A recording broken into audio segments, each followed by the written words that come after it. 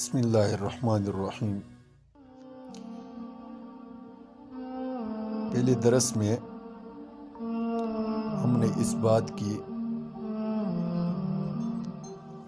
وضاحت کی تھی کہ قرآن کو اللہ رب العزت نے بہت سارے خصوصیات سے نوازا ہے۔ ان میں چیدہ 10 خصوصیات کا ہم نے ذکر کیا۔ جو آخری خصوصیت تھی وہ یہ کہ اس قرآن کو آخرت کی یاد کے لیے اور نصیحت کے لیے تو حاصل کرنا بہت آسان ہے، سمجھنا آسان ہے۔ وَلَقَدْ يَسَّرْنَا الْقُرْآنَ لِلذِّكْرِ فَهَلْ مِن مُدَّكِرٍ۔ لیکن ایک اور آیت ہے جس میں اللہ رب العزت نے فرمایا تِلْكَ الْأَمْثَالُ نَضْرِبُهَا لِلنَّاسِ مَا يَعْقِلُهَا إِلَّا الْعَالِمُونَ، کہ یہ مثالیں ہیں جو ہم لوگوں کو بیان کرتے ہیں اور ان کو نہیں سمجھتے مگر عالم لوگ۔ اس پر ایک سوال ہے، سوال یہ ہے کہ اب غیر عالم جو لوگ ہیں قرآن کے ان ابواب سے جو امثال ہیں ان کے ساتھ کیا کریں، کیونکہ وہ تو ان کے سمجھ میں نہیں آئیں گے۔ جب علماء بیان کریں گے تب بھی ان کو سمجھ میں نہیں آئیں گے، کیونکہ وہ ما یعقلھا ہے۔ ان سے عوام کو کیا فائدہ ہوگا؟ تو اس کا سیدھا سادہ جواب یہ ہے کہ وہ بے شک ان امثال کو نہ سمجھیں، اور ان کا انہیں سمجھنا ضروری بھی نہیں ہے، اور نہ وہ ان کو سمجھنے کے مکلف ہیں، بلکہ وہ جس چیز کے مکلف ہیں وہ یہ ہے کہ وہ ان پر عمل کریں، اور ان سے علماء سے سننے کے بعد ان پر عمل کرے اور عالم اور سمجھدار لوگوں کی تقلید کرے۔ اور علماء جب ان امثال کو اور ان ابواب قرآن کو بیان کریں تو ان پر ان کا عمل کرنا ضروری ہوتا ہے۔ تو یہ آیت تقلید پر نص سے صریح ہے کہ جو نہ سمجھنے والے لوگ ہیں وہ سمجھدار اور عالموں کی تقلید کریں۔ اس پر ایک اور اعتراض ہے، سوال پیدا ہوتا ہے کہ علماء کی تو بہت سارے درجات ہیں، مختلف قسم کے علماء ہوں گے، کیونکہ اللہ رب العزت نے خود فرمایا یرفع اللہ الذین آمنوا منکم والذین اوتوا العلم درجات۔ بے شک وہ لوگ جو ایمان لے آئے ان کے درجات تو بلند ہیں، لیکن وہ لوگ جن کو علم دیا گیا ہے ان کے بھی مختلف درجات ہیں۔ تو اب سوال یہ ہے کہ علماء کی تقلید کرے تو کس درجے کے علماء کی تقلید کریں اور کس کے فیصلے پر اعتماد کریں؟ اس کا جواب یہ ہے کہ جن علماء کی تقلید کرنے کا اور جن علماء پر اعتماد کرنے کا کہا گیا ہے ان کو اللہ رب العزت نے خود متعین کر دیا کہ وہ راسخون فی العلم ہو، کیونکہ اللہ رب العزت نے ایسے علماء کو سراہا ہے، تعریف بیان کی ہے، وصف بیان کیا ہے، والراسخون فی العلم یقولون آمنا بہ کل من عند ربنا، کہ راسخین فی العلم یہی کہتے کہ ہم ایمان لے آئے وہ کتاب پر، یہ سب جو ہے ہمارے رب کی طرف سے ہے۔ تو امت میں پیروی صرف مجتہدین کی ہو سکتی ہے، ہر عام عالم اس درجے میں نہیں کہ قرآن کریم کا لفظ الا العالمون اسی پر صادق آ سکے۔ لہٰذا تقلید ان علماء کی کرنی چاہیے جو راسخون فی العلم ہے۔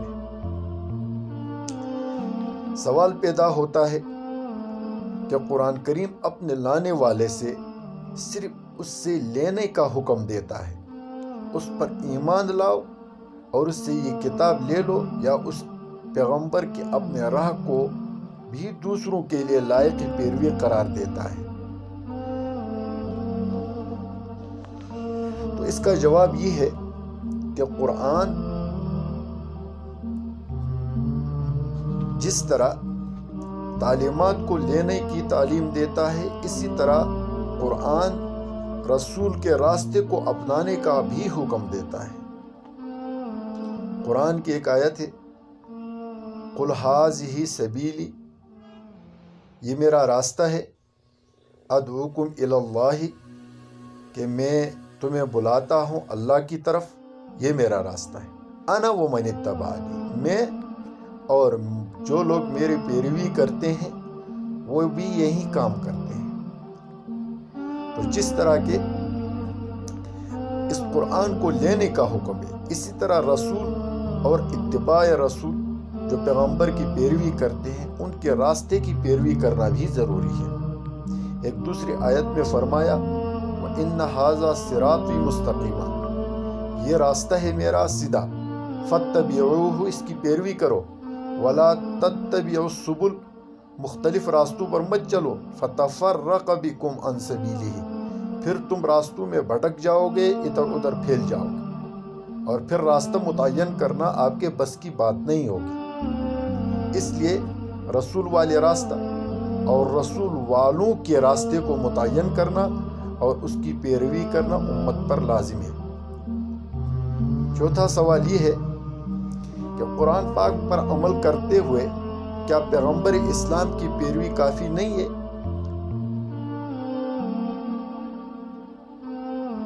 کہ جو پھر اس کے جو پیروکار ہیں ان کی بھی پیروی لازمی ہے؟ اس کا جواب یہ ہے کہ قرآن پاک میں اللہ کے رسول کے راستے کو دور اول کے مومنین صحابہ کرام کے اوپر واجب اتباع تھا، وہ رسول کے راستے کی پیروی کرتے تھے، لیکن اس کے بعد ہم پر یہ لازم ہے، باقی امت پر، کہ وہ رسول کی بھی پیروی کرے اور جو سابقہ مسلمان ہیں ان کے راستے کی بھی پیروی کرے جنہوں نے نبی علیہ الصلوۃ والسلام کے راستے کی پیروی کی ہے۔ اور اسی پر قرآن شاہد عدل ہے کہ وَمَن یُشَاقِقِ الرَّسُولَ مِن بَعْدِ مَا تَبَيَّنَ لَهُ الْهُدَىٰ، کہ جو مخالفت کرے رسول کی ہدایت کے واضح ہونے کے بعد، وَيَتَّبِعْ غَيْرَ سَبِيلِ الْمُؤْمِنِينَ، اور پیروی کرے مسلمانوں کے راستے کے علاوہ کسی اور راستے کی، نُوَلِّهِ مَا تَوَلَّىٰ، تو ہم اس کو پھیر دیں گے جس طرف وہ جانا چاہتا ہے، وَنُصْلِهِ جَهَنَّمَ، اور اس کو جہنم میں ڈال دیں گے، وَسَاءَتْ مَصِيرًا، اور یہ بہت برا ٹھکانہ ہے۔ تو اس سے معلوم ہوتا ہے کہ قرن اول میں صحابہ کرام کو نبی علیہ السلام کے راستے کی پیروی کرنا ضروری تھا، اور جو بعد والے مسلمان ہیں ان کا نبی علیہ السلام کے راستے کی پیروی بھی لازمی ہے، اور ان مسلمانوں کے راستے کی پیروی بھی لازم ہے جو نبی علیہ السلام کے راستے کے پیروکار تھے۔ لہذا